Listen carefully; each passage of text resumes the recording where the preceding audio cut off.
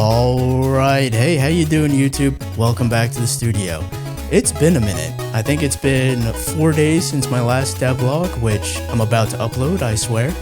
But the panic really started to settle in, and we had to hunker down, and we had to get some work done. The good news is, the blocks are mostly done. There's still some stuff that's not working yet, there's a couple bugs, but once we hammer out all those kinks, we'll be able to implement the wall jumping, and then we'll be able to do some balancing. So as it stands right now, the game is kind of hard, which is kind of typical for us. But I haven't been able to get a score higher than 400, which is exactly what we're going to try to do right now. Alright, let's go. Okay, alright, some of these blocks are way too slow. Okay. No. Oh my god. Oh no, I need a wall jump. I really gotta do something about these slow blocks, man. Oh, here we go. Here we go. Okay. We're almost at 200. No! Yeah, fuck.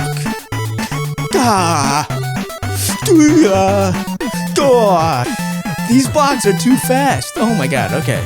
Yeah, come on. Yeah, I can make that. I can't make that? Oh, I can't make that. Go.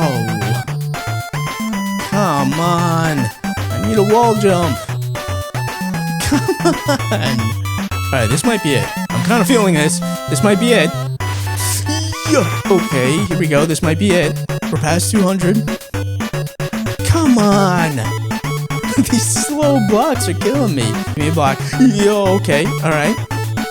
Oh my god, this really could be it. No. No, I need a wall jump. Oh, come on, Blue. Oh. No. No, I can't make that. Alright, I'm calling it. 305 is the best we got. So if you take a look at the lava here, it looks pretty solid. And that is because in most emulators, I think, they usually have frame blending turned on.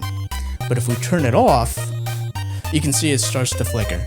Now, unfortunately, I did try this on hardware with Game Boys that have IPS modded screens, and you're gonna see the flickering. I think there's newer mods that have an option for frame blending, but not everybody's gonna have that. It does look pretty good on original hardware though, so there's that. The next thing I want to talk about is color correction. And again, most of these modern emulators have color correction applied by default. And if I turn it on here, you can see sometimes it's pretty aggressive. And the tricky thing is, if you want your colors to look the way they look when you draw them in A-Sprite, you have to turn the color correction off. See? And to add on top of that, the IPS mods that I have don't have color correction applied. So you're kind of stuck between a rock and a hard place with this. Color correction is something that I'm definitely going to be addressing and talking more about in the future, so stay tuned. So that's all I'm going to say about that. Let's talk about some of the features that makes this game work. First, we do have that H-blank for the player sprites. We talked about that. The LYC interrupt to get the HUD at the top and the lava creeping up. We talked about that too. We haven't talked about SRAM really. So this game works like Tetris, right? We've got blocks that are coming down as sprites, but when they hit the ground, we render them to the background. And since we have a submap for camera scrolling, and we can potentially scroll pretty high, we needed a dynamic background, which is why when the blocks come down, we're going to render them to SRAM, and we're going to draw from SRAM during our submap. And we also have subpixels, which is not a huge deal, I guess, but those are all the things that we need to make this game work. I did want to take another quick look at the CPU cycles again, so let's switch over to DMG here.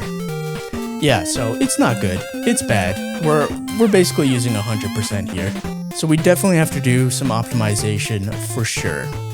It seems like at the lowest, we're at like 60%. And if you recall, that's our target. We want all this to work and keep it at like 60% CPU usage.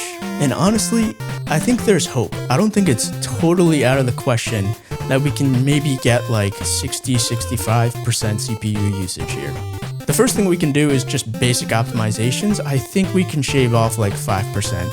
I'm talking about things like static inlines and unrolling loops. Could potentially save us maybe like around 5%. The other thing I think we're gonna have to do is remove H-blank. by which I mean I think we're gonna have to stop doing tile replacement and basically use this entire block of VRAM just for bob animations. That's hopefully maybe gonna shave another 5 to 10% off. And then finally, probably the most expensive thing right now is taking the block sprites and actually rendering them to the background, because I have to render them both to SRAM for scrolling and also to VRAM as well. So that's what these huge spikes are that takes us to 92%, right? But if you can offset that and do maybe 1 or 2 tiles per frame, it's going to take a couple frames to do it, but that's not something the player is going to notice, and it's definitely going to bring down some of these massive spikes that we're seeing. So it's a little bit too early to give up. Hope remains. Are we going to actually be able to hit that mark? Stay tuned and find out. Like and subscribe. So moving forward, I think the plan is to really solidify all the stuff that we have in already. Hammer out all the kinks, fix all the bugs before we prematurely introduce wall jump, which could potentially introduce more bugs.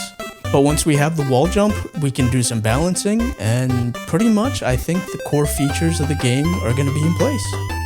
So I'm going to wrap it up for today's video. I hope you guys enjoyed the content. Hit that like button if you did, and I'll catch you guys in the next one. Take it easy.